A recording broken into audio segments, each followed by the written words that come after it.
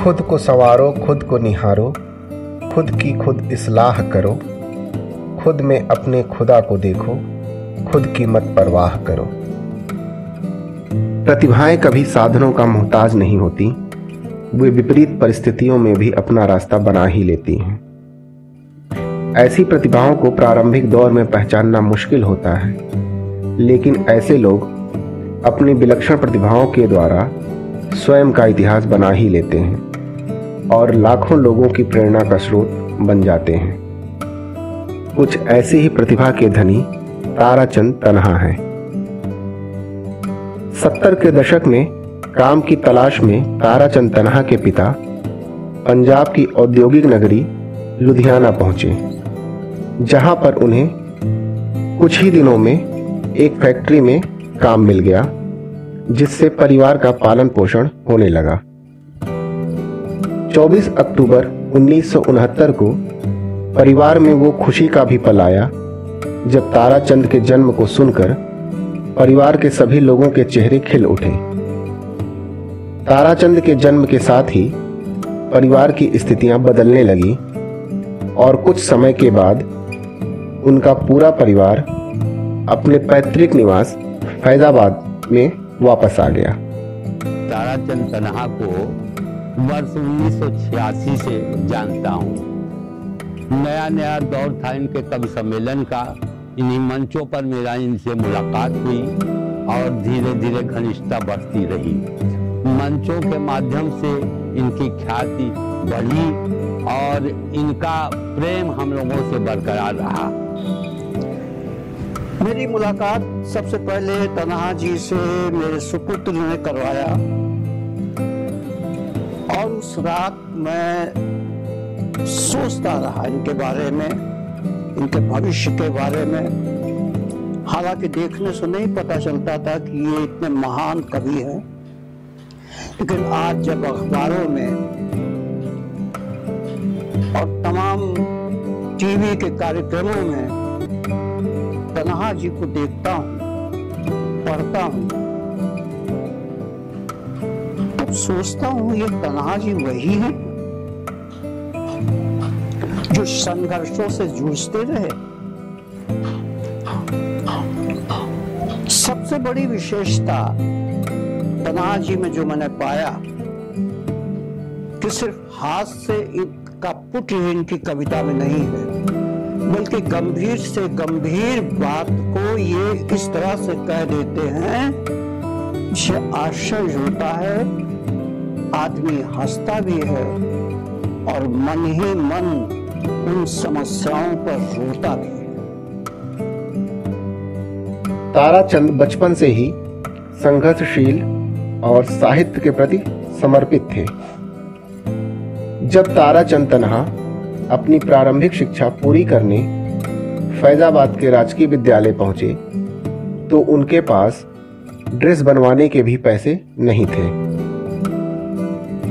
शिक्षा के मामले में तो बहुत अच्छा दौर नहीं कहा जाएगा। मुफलिसी का दौर चल रहा था, पारिवारिक बैकग्राउंड बहुत अच्छा नहीं था, एजुकेशन का भी परिवार में कोई ऐसा माहौल नहीं था। लेकिन समाज में निकलते उठते बैठते जो हम अपने विवेक से और अपनी समझ से जो हमने रास्ता अपनाया वो शिक्षा का ही अपनाया और उस संघर्ष के दौर में जूझते, लड़खड़ाते, गिरते पड़ते उस शिक्षा को हासिल करते रहे। और एक दौर ऐसा भी आया कि मैं कक्षा 8 में जब एग्ज़ाम दिया, एग्ज़ाम देने के बाद 1 महीने छुट्टी होती है, तो मैंने सोचा कि जीआईसी, उसमें जीआईसी के दौर हुआ करता था, खाकी पैंट और सफ़ेद शर्ट का एक उसकी शाइनिंग चमक अलग रहती थी स्टूडेंट लाइफ में। तो ख्वाब था कि जीआईसी जाएंगे, लेकिन ड्रेस कैसे बनेगा। तो मैं कक्षा 8 की उस उम्र को देखिए और हमारी सोच को देखिए, 1 महीने जाके प्रभात टाकीज में मैंने 10 पैसे कमीशन पर भुट्टा बेचना शुरू किया। उस छुट्टी का मैंने प्रयोग अपना उस श्रम में लगा दिया और वहाँ से जो मुझे पैसा मिला उस पैसे से मैंने अपना यूनिफॉर्म बनवाया। ताराचंद की यह कहानी आज के युवाओं के लिए एक प्रेरणा है कि अगर आप अपने लक्ष्य को लेकर दृढ़ निश्चयी हैं तो कोई भी समस्या बड़ी नहीं होती। तो जो भी मिलता है मुकद्दर से मुकद्दर जाने, और मेरा ईमान है जी जान से मेहनत करना। वाकई तन्हा भाई ने बेपनाह मोहब्बत की, क्योंकि एक ऐसा शहर है कि जिसके बारे में कहा जाता है कि ना यहाँ जालिम रह सकता है ना आलिम रह सकता है। जितना लोगों ने को उपेक्षित करना था तन्हा भाई को किया, और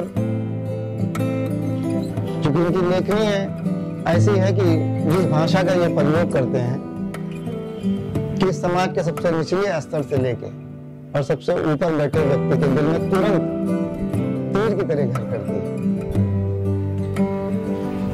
उनकी हास लोगों को हंसाने के लिए, लेकिन उसके पीछे का एक मकसद होता है, चाहे वो समाज पर बैठी हुई बुराइयों का हो,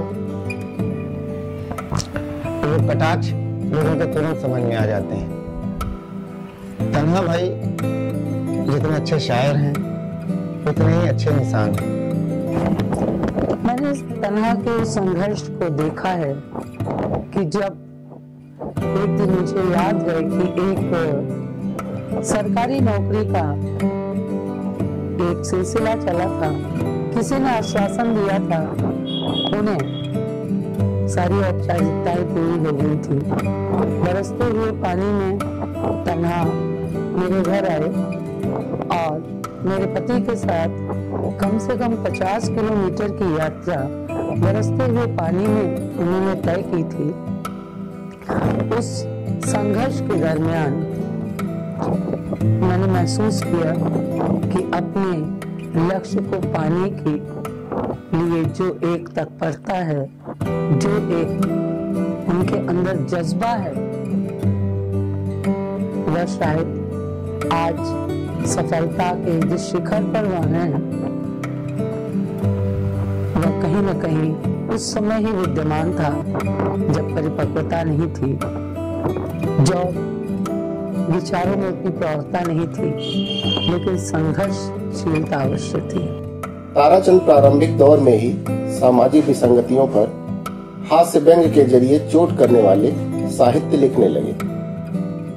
इसी दौरान ताराचंद को एक मुशायरे में शामिल होने का अवसर मिला, जहां पर ताराचंद को उर्दू न आने की वजह से काफी उपहास का सामना करना पड़ा। एक मंच ऐसा था, ये आजमगढ़ बॉर्डर पे नेवरी एक गांव पड़ता है, ग्राम सभा बड़ी, तो वह मुशायरा हुआ था, बहुत बड़ा मुशायरा था। उसमें फैजाबाद से सूर बहादुर, दान बहादुर सिंह सूर जी और मैं और बाकी सब बाहर के बड़े नामी गिरामी कवि थे, शायर थे। तो उसमें मेरे साथ घटना घटी कि पूरा मंच जो था वो उर्दू के बैनर से सजा हुआ था। मैंने सोचा कि अभी हम संबोधन क्या करेंगे, कि किस उद्देश्य से हो रहा है ये कार्यक्रम, इसका मकसद क्या है, यहाँ की अध्यक्षता कौन कर रहा है, यानी सदारत कौन कर रहा है, उर्दू कहते हैं सदारत। तो इसी सब चीज़ को जानने के लिए हमारे बगैर एक सीतापुर के शायर बैठे थे। मैंने उनसे कहा वैसे ये बैनर हमको पढ़ के सुना दी। तो उन्होंने बड़ी हे दृष्टि से मुझे देखा और मुँह घुमा लिया, और इसी बीच अनाउंसर ने मेरा नाम अनाउंस कर दिया माइक पर, मुझे जाना पड़ गया। और उस दिन मैंने बिना किसी संबोधन के सीधे अपनी कविता पे, और कविताएं खूब सुपरहिट गई, यहाँ तो मुझे 2-3 राउंड कविता पढ़नी पड़ी।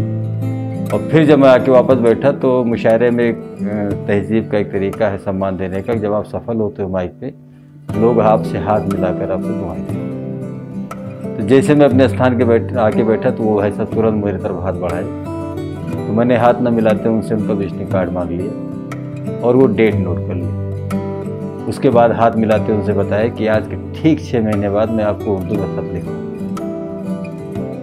वो आदमी तो शायद उस समय नहीं समझ पाया मेरी बातों को, वो कार्ड ला के धर दिया। उसके दूसरे दिन से मेरी उर्दू पढ़ाई शुरू हो गई। एक हमारे चाहने वाले थे मोहम्मद अजीज़ खान साहब, स्टोव मेकर थे चौक में, उनसे आके मैंने पूरी घटना बताई।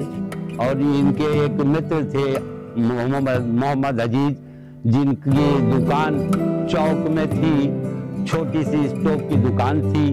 उनसे इनको काफ़ी प्रेरणा मिली। उन्होंने ये इनको समझाया कि आप उर्दू पढ़ लीजिए और उर्दू के से आपको शेर व शायरी में बहुत मदद मिलेगी। और तो उनकी दुकान पे छोटी सी उनकी एक दुकान थी, उस पर जाके ये उर्दू का काखा गागा इन्होंने सीखा। उन्होंने तुरंत कहा जाओ उसे मुशायरे के पैसे से जमीर के हाथ से 5 रुपए की अव्वल दर्जे किताब आती है, लेके आया। फिर उसी दिन से मेरी पढ़ाई शुरू हो गई। उन्होंने फिर हाई स्कूल, इंटर एक विषय से डलवाया यूपी बोर्ड से, फिर जामिया इस्लामिया से मैंने ग्रेजुएशन किया। तन्हा के जीवन में उर्दू का महत्वपूर्ण योगदान रहा है। आज तन्हा उर्दू की बदौलत शिक्षा विभाग में शिक्षक के पद पर कार्यरत है। कवि के अलावा कोई मंच पर भी नहीं जाता, लेकिन इनका साथी होने के साथ ही अपने साथ हमको भी मंचों पर ले जाते थे। और कबीर की समाधि के 2 बार इनके साथ मुझे दर्शन हुए। निश्चित तौर पर इस आदमी के अंदर, इस शख्सियत के अंदर कहीं ना कहीं से वो कबीर की भावभूमि रखती बसती है। ये हैं तो गुदगुदाते, लेकिन इनके शब्द होते हैं बड़े गंभीर, हंसाते हैं हमको, लेकिन जो सटीक इनकी वाणी होती है, जिस तरीके से ये वार करते हैं अपने शब्दों से आज की समाज की व्यवस्थाओं पर, निश्चित रूप से वो शब्द इनके अंतरंग, इनके मन, इनकी अनुभूति, इनकी जो संवेदना है वो सराहनीय है।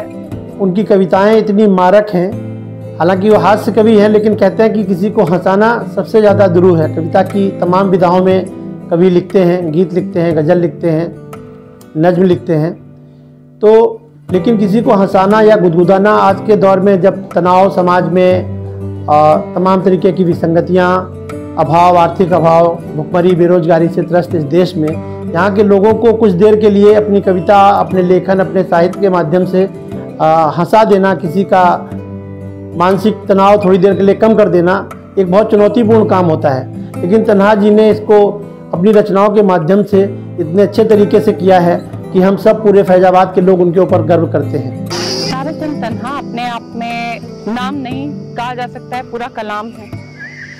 मैं कविता के क्षेत्र में भी उतरने का प्रयास कर रही थी, किस तरीके से आगे बढ़ना है, क्या करना है, लेखनी किस तरीके से कर सकते हैं, इसके लिए उन्होंने मुझे गाइड किया काफ़ी।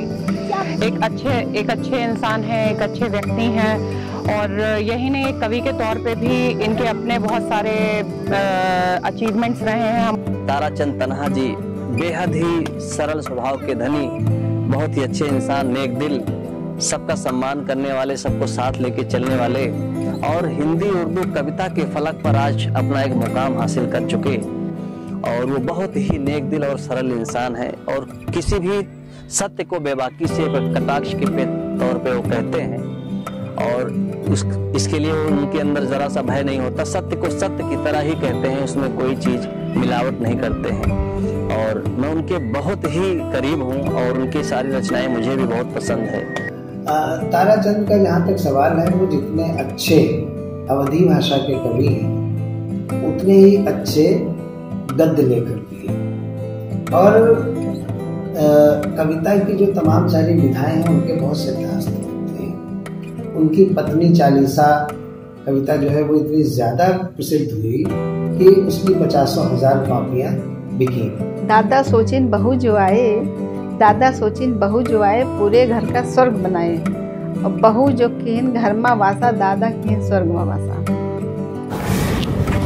श्री ताराचंद तन्हा से मेरी मुलाकात मेरी एक महिला मित्र के द्वारा हुई, और प्रथम मुलाकात में ही बहुत अच्छा व्यवहार, स्नेहिल स्वभाव, और सबसे बड़ी खासियत कि नए कलाकारों को, नवोदित प्रतिभाओं को उत्साहवर्धन करना, आगे बढ़ाना, ये इनकी बहुत नैसर्गिक खासियत है, नैसर्गिक प्रतिभा है इनके अंदर।